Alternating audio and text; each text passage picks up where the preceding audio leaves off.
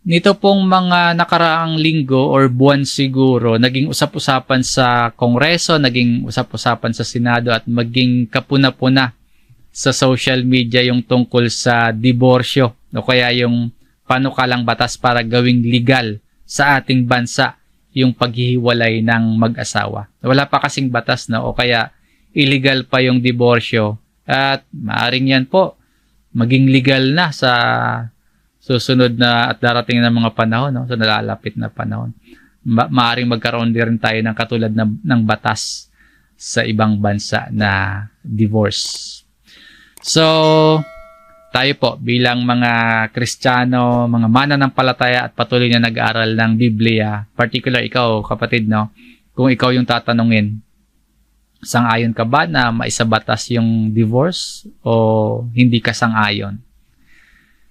Ano man po ang ating saloobin ngayon, ano man yung ating sagot, mainam pong talakayin at sariwain natin at nawa mas maunawaan natin na kung ano ba yung nakasalalay sa divorce o kaya maunawaan nating mabuti kung ano ba yung nakasalalay sa paghihiwalay ng mag-asawa. Talakayin natin ito nang meron tayong bukas na puso at malinaw na pag-iisip na hindi lamang po ito usaping batas sa ating bansa. Meron din po itong kinalaman sa ating pamilya. Meron din itong kinalaman sa pag-akay at pagtuturo at pagtutuwid natin sa ating mga dinidisciples. Ganon din po, may kinalaman din ito sa pagiging saksi natin sa gitna ng mga unbelievers, sa gitna ng mga hindi mananampalataya. So, hindi lamang ito usaping batas, hindi lamang po ito political at personal perspective ng ilan. Kaya kung may asawa ka man po o wala, or wala pang asawa sa ngayon, or wala ng asawa, ano man yung relationship status mo, marami tayong relationship status, marami tayong at kanya-kanya tayo ng sitwasyon. Meron po sa atin mag-aasawa pa lang, merong may asawa na, meron ding hiwalay sa asawa, o kaya meron ding kasama yung asawa sa bahay pero parang hiwalay na din. So iba-iba, depende. Merong mga ayaw mag-asawa, no, yung iba gustong-gusto namang makapag-asawa pero wala pa. So ano man yung relationship status natin, pagbulay-bulayan po natin ang mga piling talata sa Biblia, kaugnay po sa sinasabi ng salita ng Diyos patungkol sa divorce, patungkol sa paghiwalay ng mag-asawa. Noon pong binubuo at pinag-aaralan ko ang lesson na ito, nais ko sanang una nating talakayin yung patungkol sa pag-aasawa o kaya pagsasama ng mag-asawa bago po itong paghihiwalay.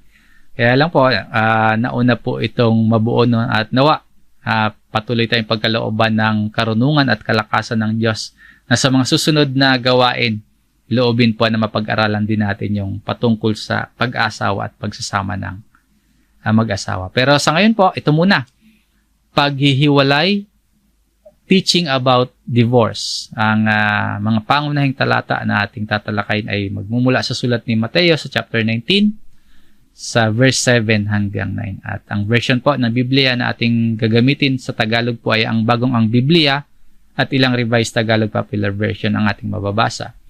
Sa English po ay yung New American Standard Bible. Alam natin na ang ating Diyos ang lumikha ng lahat. No? All things created ng Diyos at kasama sa nilikha ng Diyos yung marriage, yung kasal o yung pag-aasawa. Kung ang Diyos ang may likha nito, ano yung disenyo ng Diyos sa marriage? Ganito po yung design. Ang dalawa magsasama at magiging isa.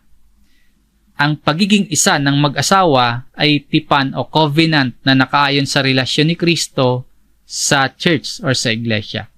Meaning po, kung paanong nakadikit kay Jesus ang iglesia, ganun din po ang pagkakadikit o pagiging isa ng mag-asawa.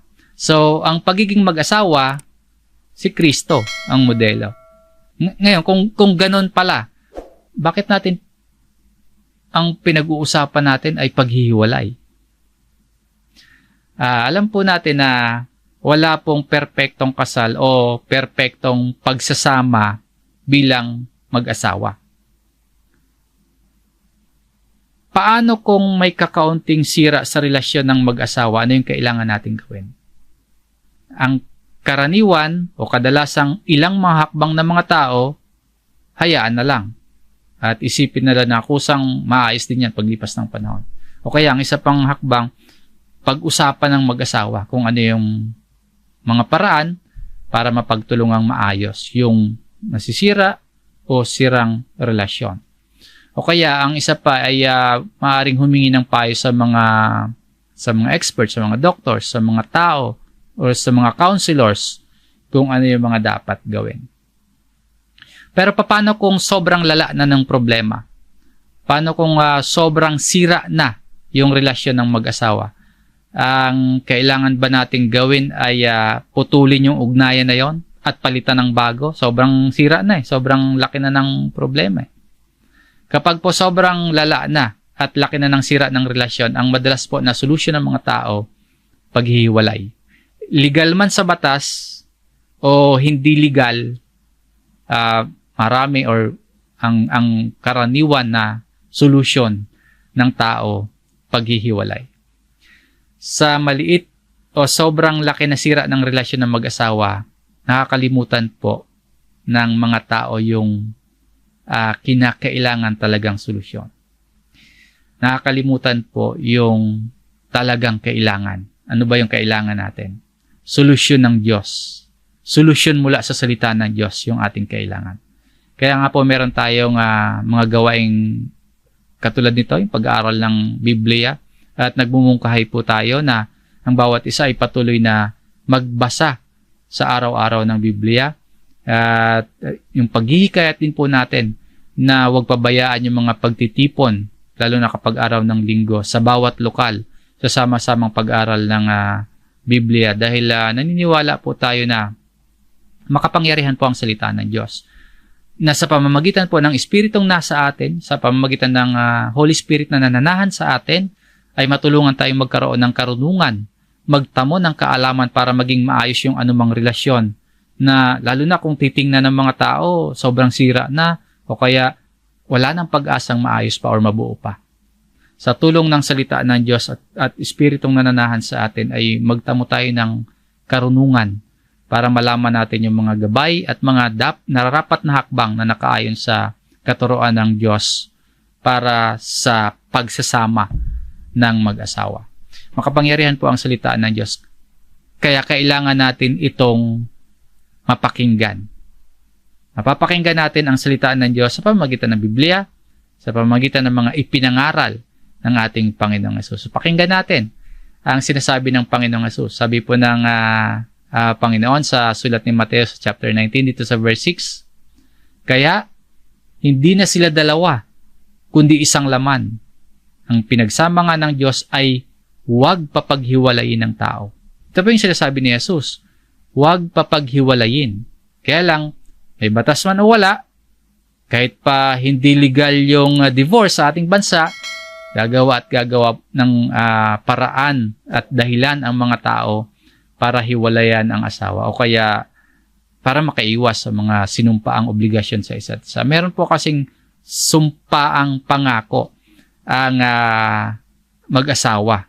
Ano ba yung karaniwang sumpaan ng mag-asawa?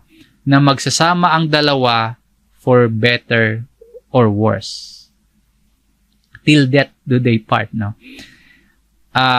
Magsasama naman kami for better or worse, kaya lang nagsawa na ako at hindi na ako in love sa asawa ko. Hindi na siya macho, hindi na siya sexy. Hindi po ganun na yung sumpaan ng mag-asawa. Ang command nga dito, huwag papaghiwalayin. For better or worse, magsasama kami kaso hindi niya na maibigay yung mga gusto ko. Tapos lumitaw na yung kasamaan ng kanyang ugali. So ang solution, separation. Madalas ganun yung mga actions ng tao. No? Kaya nakakalimutan yung itong salita ng Diyos. Para bang yung tingin natin sa ating sarili, hindi naman tayo yung masama eh. Yung asawa natin, ibinibigay naman natin yung gusto ng ating asawa eh. Sila yung hindi. Perpekto tayo eh. Handa tayo bilang maging asawa. Sila hindi. May pagkukulang sila eh. Tayo wala. Minsan ganon yung pananaw natin mga tao. Ngayon, hindi natin sinasabi na babaliwalain natin lahat ng mga differences. Na hindi na natin i-correct yung mga nabanggit na differences. Lalo na kung nakaka-apekto yan sa pagsasama. Hindi po ganon yung punto natin. Hindi natin itinatanggi, hindi rin natin minamaliit yung problema sa relasyon ng mag-asawa. Hindi natin babaliwalain yung mga pagkukulang ng isa't isa, yung mga kasalanan ng isa't isa, na magpapatuloy na lang tayong magsama, magpatuloy na lang tayong magmahalan, at isang tabi na natin, baliwalain na natin yung mga differences na yan, mga kasalanan na yan. Hindi po ganun yung punto natin. May problema naman talaga eh. Merong dahilan kung bakit nasisira ang isang relasyon. May problema sa asawang lalaki, o kaya merong problema sa asawang babae, or pareho. Sa bawat panig may problema. Hindi natin itinatanggi ang mga yan. Hinaharap nga natin eh. Ang punto natin, hindi paghihiwalay ang agarang solusyon. Kailangan makita natin yung valid reason muna. Ayon sa Bible, kung kinakailangan sa sitwasyon yung paghihiwalay based sa katuroan ng Biblia. Ang isang major step po para maayos yung problema sa relasyon ng mag-asawa, kahit pa sa anumang relationship, ang isang major step, kailangan malaman at kilalanin kung ano yung problema talaga. Ang problema po na nagiging dahilan ng pagkasira ng relasyon ng mag-asawa ay nasa puso ng bawat isa. Dahil mayroon pang naninirahan na kasalanan dyan. Nasa puso natin yung problema. Ito pong sinasabi ng Panginoong Hesus sa talatang ito, yung pinagsama nga ng Diyos ay huwag papaghiwalayin ng tao. Sagot ito sa tanong ng mga Pariseo o mga religious leaders nung lumapit sila kay Jesus. Ganito po yung tanong sa verse 3 na kasulat. Lumapit sa kanya mga Pariseo at upang siya'y masubok ay kanilang itinanong, sang-ayon ba sa batas na hiwalayan ng isang tao ang kanyang asawa sa anumang kadahilanan? Na is it lawful for a man to divorce his wife for any reason at all? Sa anumang kadahilanan? Nung sagutin ito ng Panginoong Hesus at sabihin ng Panginoon kung ano yung disenyo ng Diyos sa pag-aasawa, itong mga Pharisees na sila nga yung mahigpit na tagasunod ng batas o ng kautusan nila, hindi naman nakontento sa sagot na kanilang narinig. Kaya humirit pa sila ng isang tanong. Sa verse 7, sinabi nila sa kanya, kung gayon, bakit ipinag-utos ni Moses sa amin na magbigay ng kasulatan ng paghihiwalay at hiwalayan ang babae? Sinasabi ng mga Pariseo, kung sinasabi mo, Jesus, na ang pinagsama nga ng Diyos ay huwag papaghiwalayin ng tao, bakit inutos ito ni Moises? Bakit iniutos sa amin ni Moises? Yan yung tanong nila. Ano daw yung utos sa kanila? Ang magbigay ng kasulatan o give her a certificate of divorce. Pagpapakita po ito na ang tao ay hahanap at hahanap ng dahilan para makuha yung gusto at ma-justify yung pagkilos kahit taliwas na sa mismong sinasabi ng Diyos. Basahin po natin yung tinutukoy nilang ipinag-utos sa kanila ni Moises. Babasa natin yung sa aklat ng Deuteronomy sa chapter 24. Simulan natin sa verse 1. Kapag ang isang lalaki ay kumuha ng isang babae at pinakasalan, at kung ang babae ay hindi kinalugdan ng kanyang paningin sapagkat natagpuan niya itong may isang kahiyahiyang bagay, lalagda ang lalaki ng isang kasulatan ng paghihiwalay at ibibigay niya sa kanyang kamay. Kanyang palalabasin siya sa kanyang bahay. So, nagpakasal, kaso may ginawang kahiyahiyang bagay, kaya binigyan ng certificate of divorce. Naghiwalay sila. Sa verse 2, at pagkaalis niya sa bahay ng lalaki, ay makakahayo siya at makakapag-asawa sa ibang lalaki. Kumbaga, katanggap-tanggap sa kanilang sitwasyon yung separation.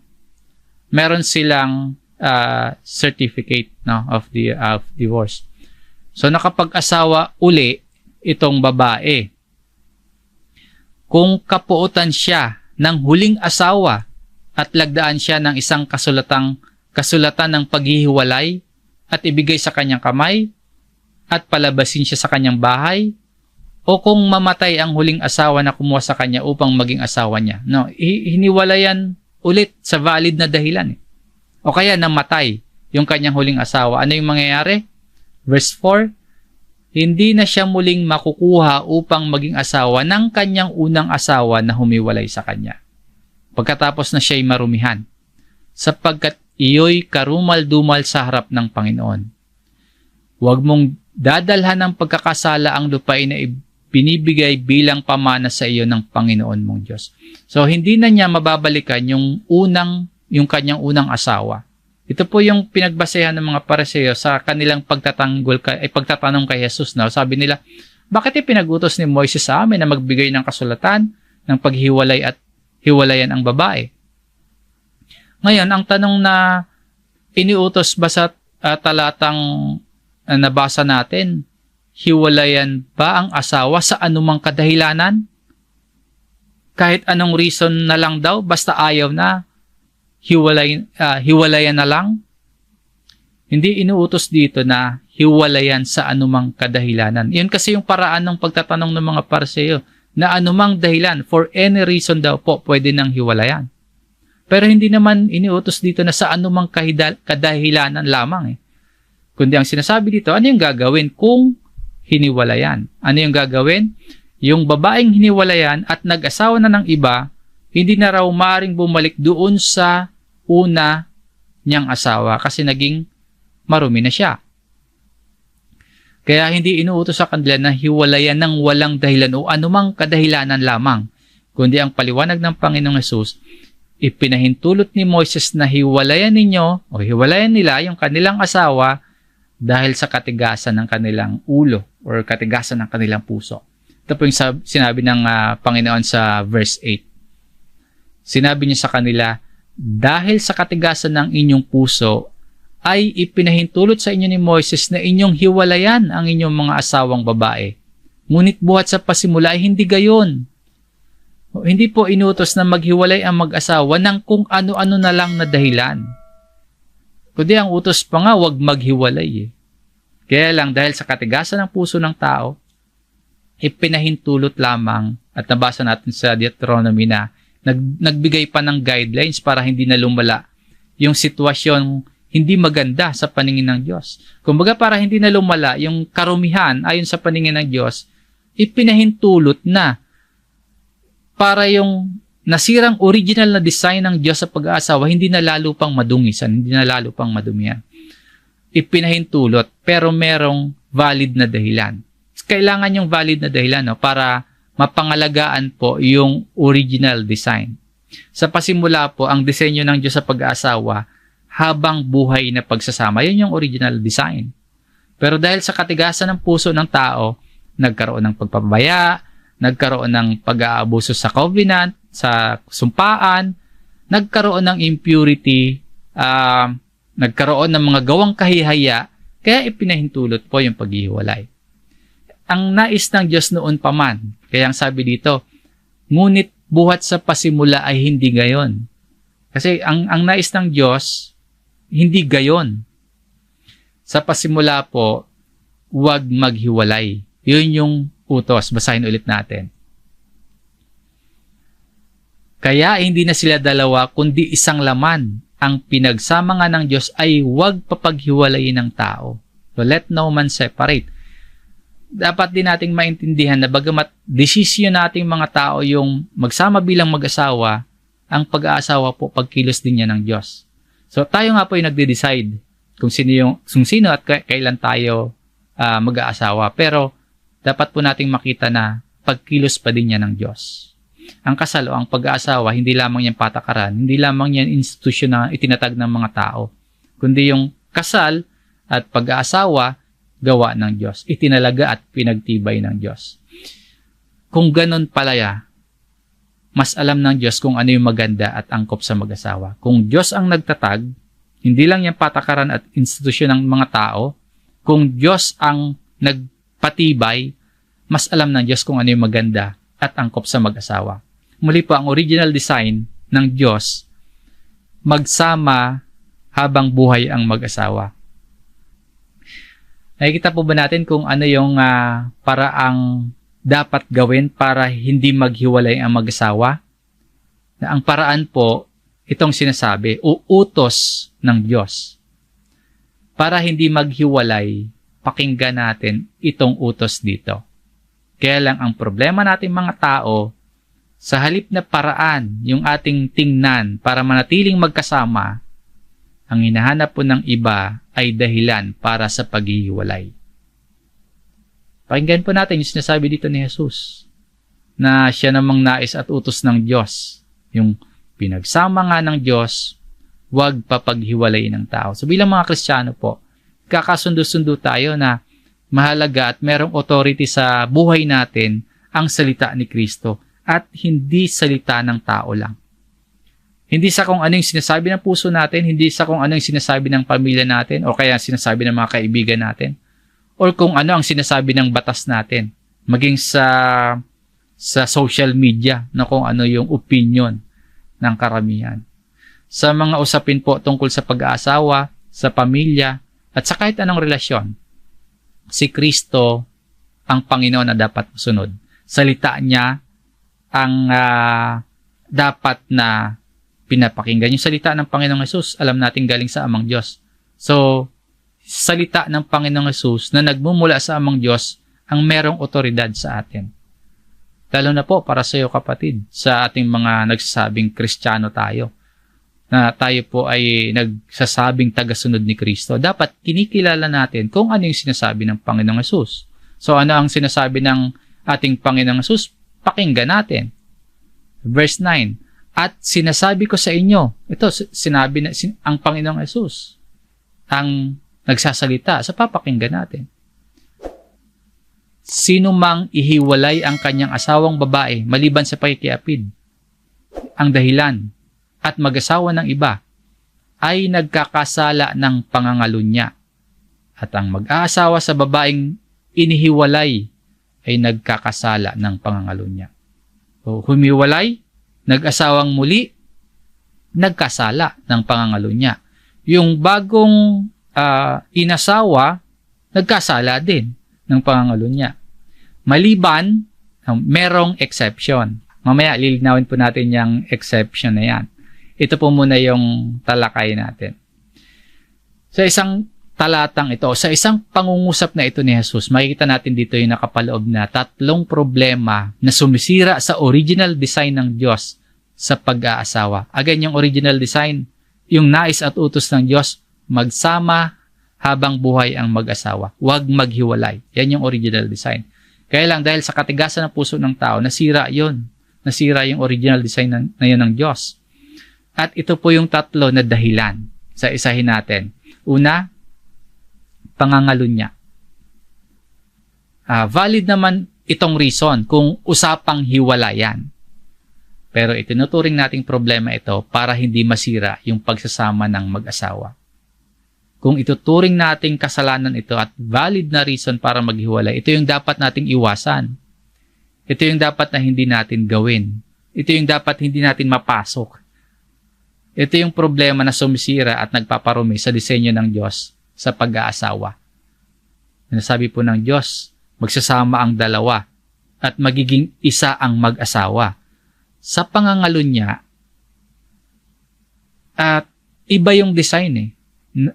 Nakikisama sa iba at nagiging isa sa iba sa pamamagitan ng pakikipagtalik. Nagiging isa sa iba, tapos babalik sa asawa. So, nasira yung original na design. Ang design nga, yung dalawa na mag-asawa, magsasama bilang isa. Sa pangangalunya, hihiwalay yung asawa, makikipag-isa sa iba. So, nasisira yung design. Ang nais ng Diyos, ang dalawa ay magsasama at magiging isa. Hindi natin iiwanan at makikisama tayo sa iba at makikipag-isa sa iba.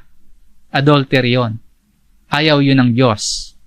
Kaya nga kasama itong pangangalunya sa 10 utos na ibinigay ng Diyos kay Moises. Basahin po natin yung Exodus chapter 20 dito sa verse 14. Huwag kang mangangalunya. No, 7 utos ito. Maging po yung 10 utos, konektado din dito eh. At sa Old Testament po, death penalty ang parusa sa adultery. Kung gagawing batas at ang parusa nga ay kamatayan sa kasalanang pangangalunya, ay baka wala nang natira sa atin. Lahat tayo na parusahan na. Lalo na siguro kung susundin nating definition ng pangangalunya, kung yung susundin nating definition ng adultery ay ang sinasabi ng Panginoong Jesus sa Mateo chapter 5, dito sa verse 28. Ngunit sinasabi ko sa inyo na ang bawat tumitingin sa isang babae na may pagnanasa ay nagkakasala na sa kanya ng pangangalunya sa kanyang puso. Tumingin lang ng may pagnanasa, guilty na agad. Kung batas yan, tapos yung death penalty nga yung parusa, madami nga o kaya ubos lahat dahil guilty. Ano yung ipinapakita nito sa atin? Ang pangangalunya po, hindi pagiging tapat sa tipan. Hindi pagiging tapat sa covenant o kaya sa sinumpaang pangako sa asawa sa harap ng Diyos. Hindi tapat sa pangako sa isa't isa. Ang pag-aasawa po, isang pangangako na maging tapat sa isa't isa. Ngayon, kung hindi pa tayo handa na manindigan sa isang pangako na maging tapat, huwag muna tayong papasok sa pag-aasawa. Kailangan po palaguin natin yung ating sarili, hubugin tayo sa tulong ng Diyos na maging tapat. Kahit po sa relasyong pagbo-boyfriend, girlfriend, kung hindi pa natin kayang manindigan ng maging tapat, huwag muna nating pasukin yun. Huwag muna nating pagtuunan ng emosyon, huwag muna nating paglaanan ng oras yung ganyang mga bagay. Ngayon, kung papasukin mo naman po yung pag-aasawa, ang paalala sa atin, mahalaga po na kapwa Kristiyano at kapwa mananampalataya yung pipiliin natin maging asawa. Kung sakaling papasukin natin yung pag-aasawa, maging handa tayo na magpatawad kung sakaling nagkakasala ang asawa natin para mapanumbalik yung pagsasama. Madali lang yan sabihin, pero mahirap talaga yung gawin. Kaya kailangan nga natin yung biyaya at karunungan ng Diyos. Kung hindi ikaw yung nagkasala, maging handa na magpatawad. Part yun ng pagiging magkasama ng mag-asawa. Ngayon, kung ikaw naman yung nagkasala, maging handa ka naman na humingi ng tawad, umamin. Huwag mong tatakpan, huwag mong itatago yung kasalanan. At sikapin mo po na mapanumbalik ang tiwala at yung nasirang relasyon ng iyong asawa. So, balikan natin yung utos. Ang utos po, huwag mangangalunya. At ang pangangalunya, problema na sumisira sa mag-asawa. So, kung single ka naman, o habang single pa, practice faithfulness. Kung may boyfriend, kung may girlfriend, practice faithfulness. Kung may asawa na, bantayan mabuti yung pakikitungo sa ibang tao, lalo na sa opposite sex. Bantayan para hindi mahulog sa pagkakasala. Maging maingat. Paalala po yan na maging maingat kasi marami sa atin nag-aakala matibay tayo sa pagkakatayo. Sabi ni Apostol Pablo sa kanyang sulat, kaya't mag-ingat ang sino mang nag-aakalang siya'y nakatayo at baka siya'y mabuwal. So mag-ingat. Any form o anumang itsura at pagtutukso na maghuhulog or magdadala sa atin sa pangangalunya, mag-ingat, layuan, labanan, iwasan. Sa unang problema, nasisira sa design ng Diyos sa pag-aasawa, yung panghabang buhay na pagsasama, pangangalunya. Kalawa, itong paghihiwalay, yung desire na maghiwalay. Basahin po natin yung verse 9. At sinasabi ko sa inyo, sino mang ihiwalay ang kanyang asawang babae. Whoever divorces, yung desire na makipaghiwalay o kaya desire na makipag-divorce, malaking problema po yan sa relasyon ng mag-asawa. Lalo na kung walang kadahi-dahilan. Ano po bang sinasabi ng Diyos sa paghihiwalay? Sa sulat ni Propeta Malakias, ganito yung sinasabi. Ano ba ang sinasabi ng Diyos tungkol sa divorce, paghihiwalay? Malakias chapter 2 verse 16. Sapagkat aking kinapopuotan ang paghihiwalay, sabi ng Panginoon, ang Diyos ng Israel. Sa Revised Tagalog Popular Version yan, ang pagkakasalin, nasusuklam ako sa pagpapalayas at paghihiwalay ng mga mag-asawa, sabi ni Yahweh, ang Diyos ng Israel. Ganun po yung salin. Ibig sabihin po, nagagalit, napupuot, nasusuklam ang Diyos sa paghihiwalay ng mag-asawa. Sa bansa natin, dahil ba walang batas sa diborsyo, kaya ba nagagalit ang Diyos sa paghihiwalay ng mag-asawa? Kasi illegal sa batas. So para hindi siya magalit, para hindi magalit ng Diyos, kailangan maipasa yung panukalang batas ng diborsyo. Ganun ba yun? Hindi natin pinag-uusapan kung legal o illegal, kung may batas o wala. Ang pinag-uusapan at sinusubukan natin pakinggan dito ay kung ano yung sinasabi ng Diyos sa atin at kung ano yung kanyang kalooban na inihahayag sa atin. So may batas man o wala, naghihiwalay yung mag-asawa. Ang problema po yung pagnanais na makipaghiwalay at walang dahilan na paghiwalay. Yan ang problema. No, pakinggan po natin yung sinasabi ni Apostol Pablo sa kanyang sulat sa mga Kristiyano sa Corinto. Dito po sa 1 Corinthians chapter 7 verse 10 at 11. Subalit sa mga may asawa ay aking itinatagubilin, hindi ako. Para ito sa mga may asawa, hindi daw si Pablo kundi ang Panginoon, na ang babae ay huwag humiwalay sa kanyang asawa. So hindi si Pablo kundi ang Panginoon. Ayun dito, ang babae ay huwag humiwalay sa kanyang asawa. Subalit kung siya may humiwalay, manatili siyang walang asawa o kaya'y makipagkasundo sa kanyang asawa. At huwag hiwalayan ng lalaki. Hiwalayan ng lalaki ang kanyang asawa. Kung maghihiwalay, may sapat na dahilan para maghiwalay. Ang ano yung payo dito pag naghiwalay?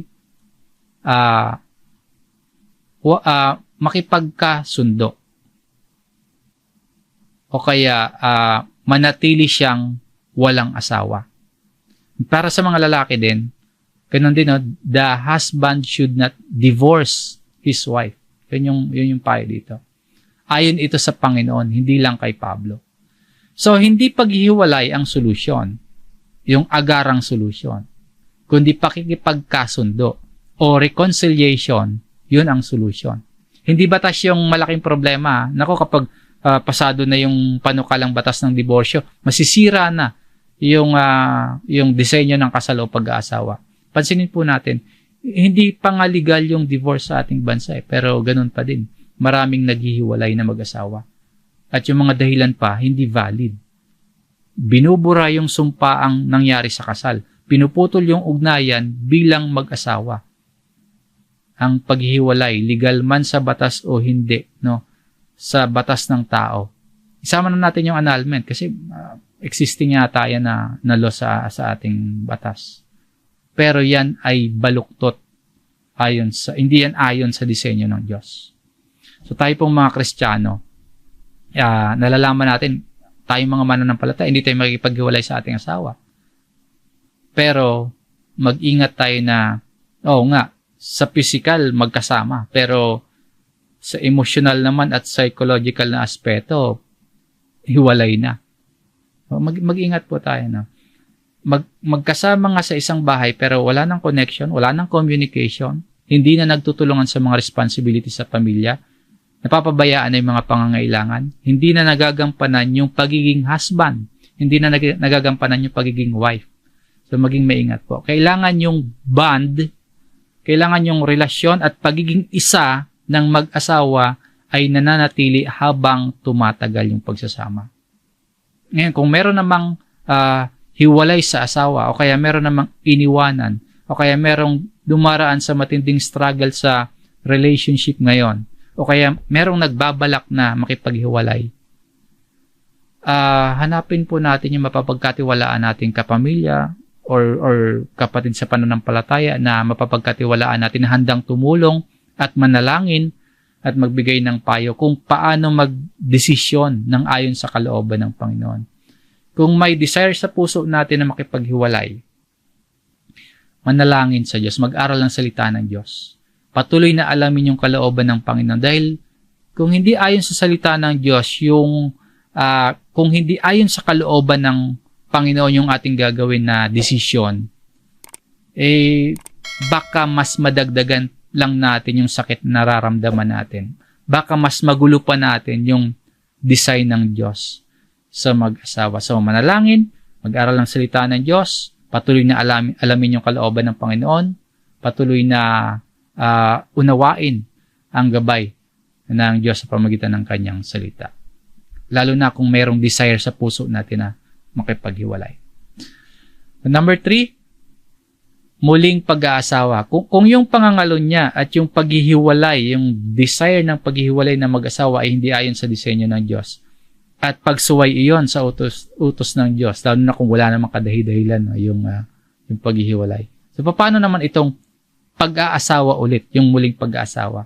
Paano kung iniwan tayo ng asawa natin? Pwede na ba tayong mag-asawa ulit? Or paano kung tayo yung nang iwan? Pwede ba tayong mag-asawa na ulit?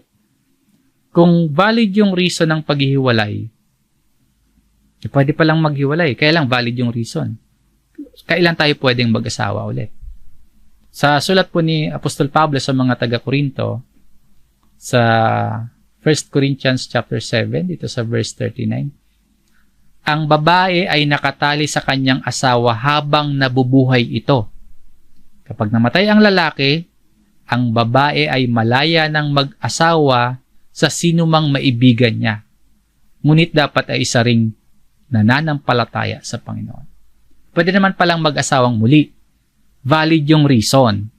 Namatay na yung asawa. So sinasabi po dito, no? Namatay, hindi sinadyang patayin, hindi pinatay.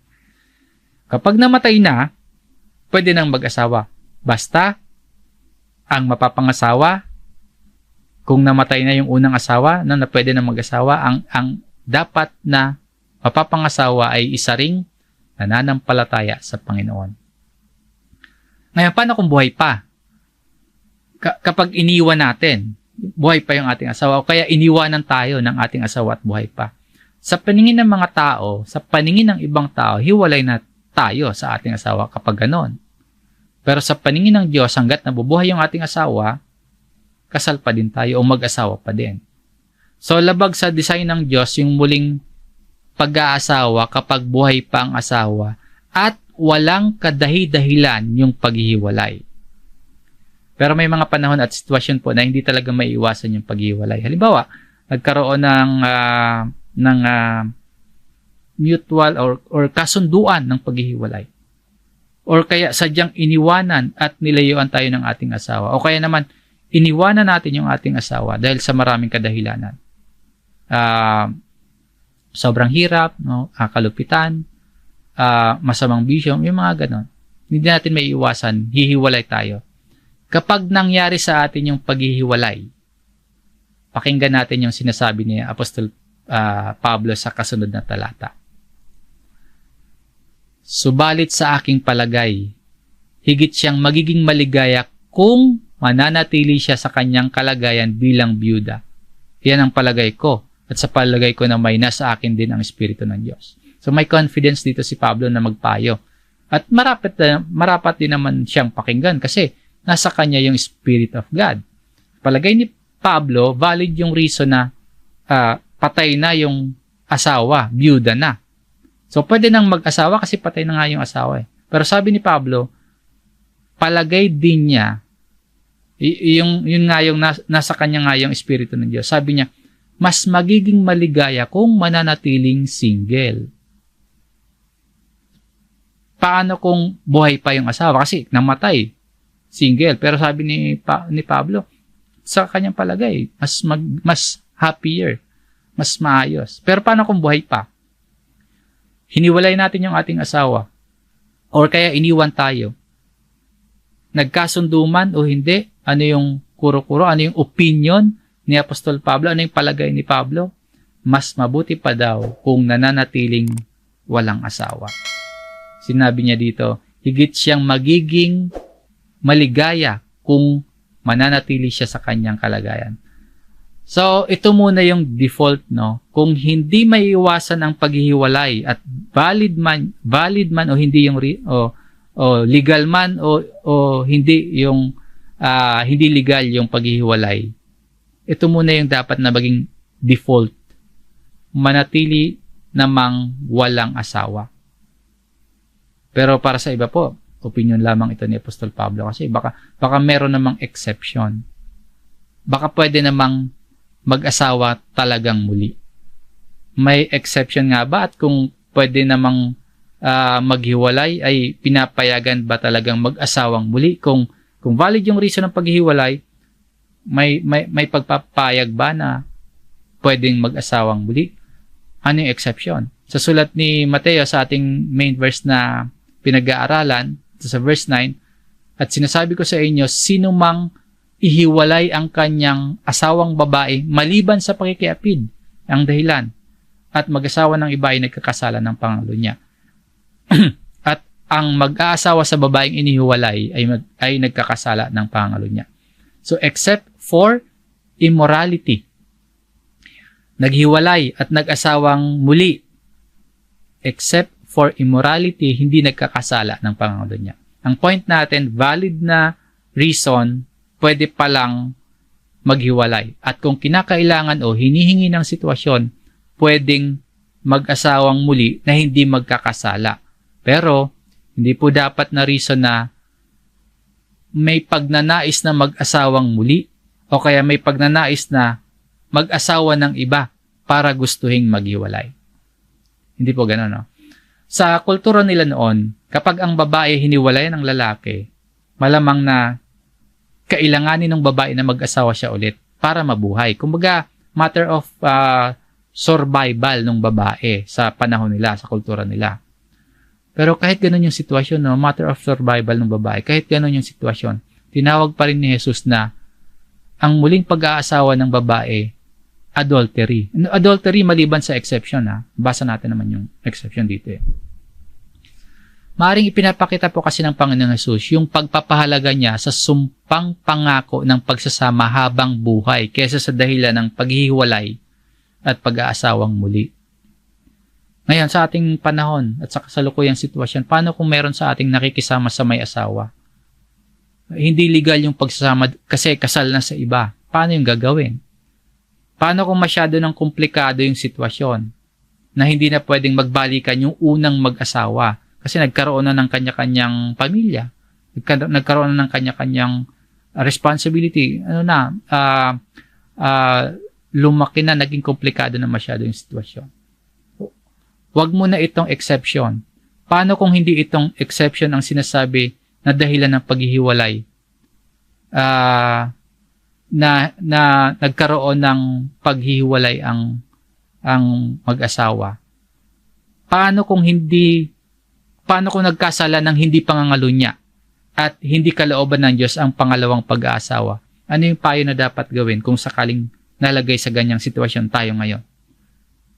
Nagkahiwalay tayo. Nakipaghiwalay tayo sa ating asawa.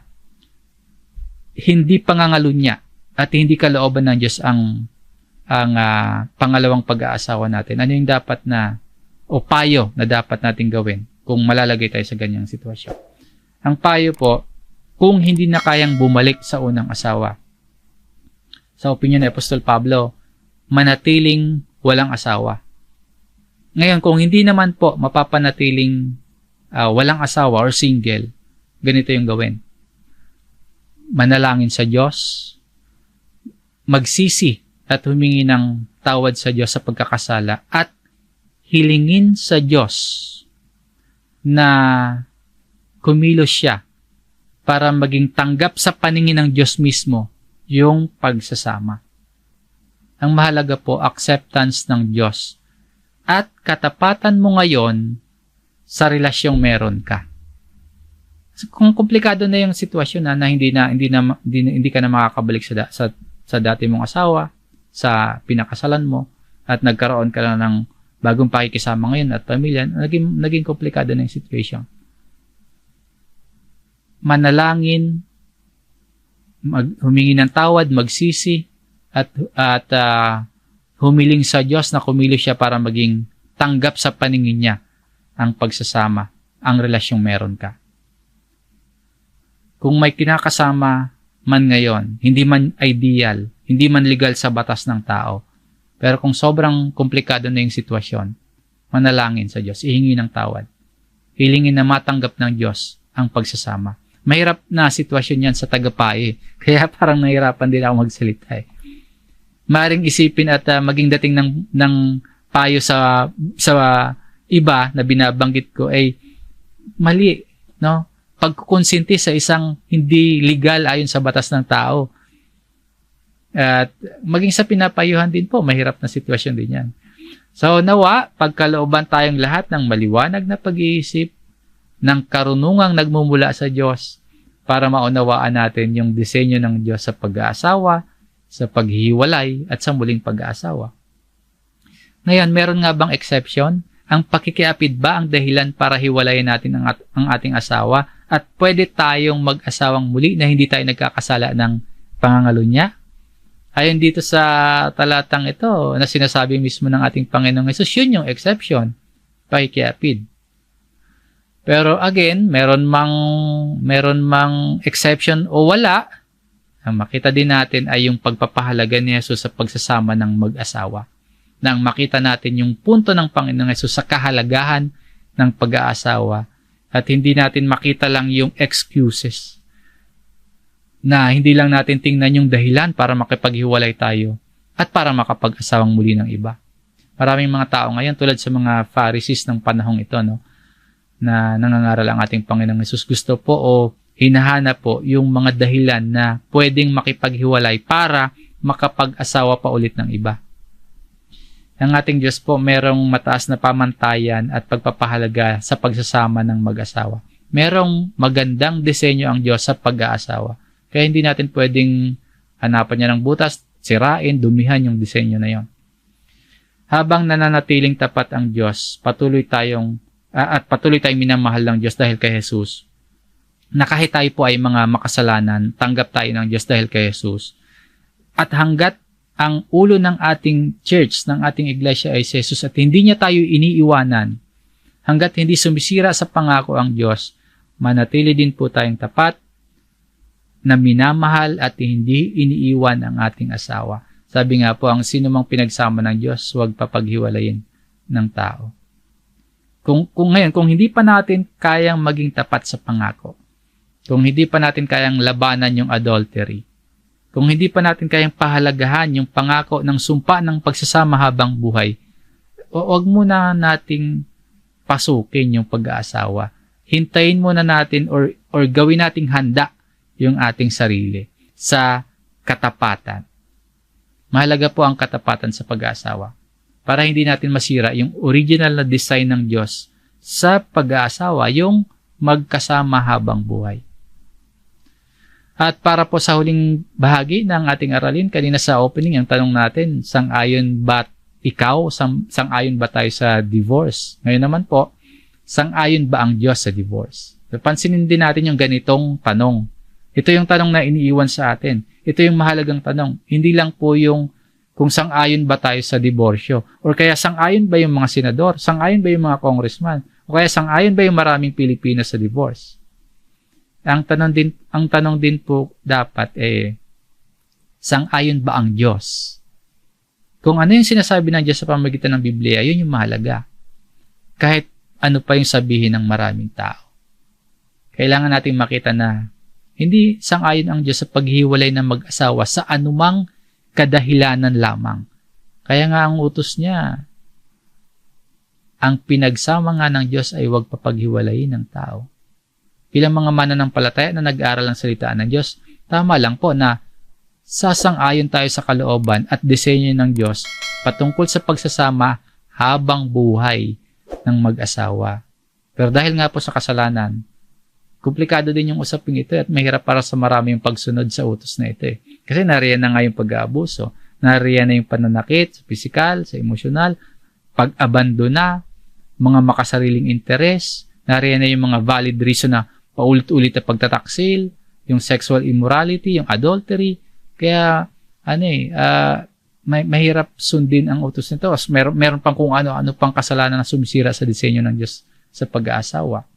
Pero anuman po yung sitwasyon natin ngayon, dalangin natin na mabuti at masaya yung pagsasama ng bawat mag-asawa. Pero kung hindi, kung meron mang hindi maayos yung pagsasama, kung meron man sa ating struggling yung pagsasama, o kaya meron man sa ating hiwalay sa asawa, o kaya meron dyan na nag-iisip na makipaghiwalay na dahil sa mga masasakit na karanasan, dahil sa hirap na pinagdadaanan mula sa asawa, Pakinggan po natin ang salita ng Diyos na may kalakip na pangako. At magiging posible po ang lahat ng ito o mararanasan natin ito dahil sa pakikipag-isa natin at pananampalataya natin sa ating Panginoong Jesucristo. Ano yung salita ng Diyos na iniiwan sa atin na may kalakip na pangako? Basahin pa natin. Mga taga Roma chapter 8 verse 38. Sapagkat ako'y naniniwalang lubos na kahit ang kamatayan man, ni ang buhay, ni ang mga anghel, ni ang mga pinuno, ni ang mga bagay na kasalukuyan, ni ang mga bagay na darating, ni ang mga kapangyarihan, ni ang kataasan, ni ang kalaliman, ni ang alinpamang nilalang, ay hindi makapaghihiwalay sa atin sa pag-ibig ng Diyos na nakay Kristo Jesus na Panginoon natin. Walang perpektong marriage, wala ding perpektong asawa. May mga panahon po na susubukin yung pagiging tapat sa sinumpaang pangako. Kaya mas kumapit pa tayo sa Diyos at humingi ng tulong sa Kanya para panatilihin pong kapit kamay, panatilihin ng Diyos na magkaugnay, na manatiling maging isa ang mag-asawa. Lalo na po yung mga nasa bingit ng paghihiwalay o kaya nagkahiwalay na. Pakinggan natin yung sinasabi sa atin dito. Walang divorce sa relasyon mo sa Diyos. Yung relationship natin sa Diyos dahil kay Jesus, hindi mahihiwalay. Walang divorce. Hindi tayo hihiwalay ng Diyos. May relasyon tayo sa Diyos. Tayong mga nakay Kristo Jesus. Ibig sabihin, hindi relasyon sa tao o hindi relasyon sa asawa mo o pagkakaroon ng mabuting asawa ang pinakakailangan mo. Kundi ang pinakakailangan natin ay si Kristo. So nakakapit ba tayo kay Jesus sa pamamagitan ng pananampalataya sa Kanya? Nakakapit ba tayo ngayon? At kung ikaw po ay nakay Kristo na pero struggling ang iyong buhay mag-asawa, patuloy ka pong kumapit kay Kristo habang tinatahak mo yung mahirap at paghihirap na kinakaharap mo ngayon. Iwanan man po tayo ng marami sa paligid natin. Hiwalayan man tayo ng asawa o mahal natin. Hindi naman tayo iiwanan at hindi naman tayo hihiwalayan ng pag-ibig ng Diyos sa pamamagitan ni Kristo. Kayang hilumin ng Diyos yung mga sugat mo, no? Kahit yung asawa mo, hindi yan bumalik sa'yo. Meron kang Diyos na hindi ka iiwanan, hindi ka pababayaan. Ang mabuting balita pa, transforming po yung pag-ibig sa atin ng Diyos na yan. Hindi lang tayo yung binabago niyan, kundi maging yung mga nasa paligid natin kayang baguhin yan. Na sa dakilang pag-ibig na yan sa atin ng Diyos, yan po yung maging kinakapitan ng bawat mag-asawa. Yung dakilang pag-ibig sa atin ng Diyos sa pamamagitan ng ating Panginoong Hesus, yan po yung maging kinakapitan ng bawat mag-asawa, walang bibitiw, hindi naghihiwalay. Hanggang dito po ang ating pag-aaral mga kapatid. Maraming salamat sa inyong pagsama hanggang makatapos. Maraming salamat po sa inyong pakikinig. Patuloy po nating pagbulay-bulayan ang salita ng Diyos. Hanggang sa susunod po, ingat po ang lahat. God bless.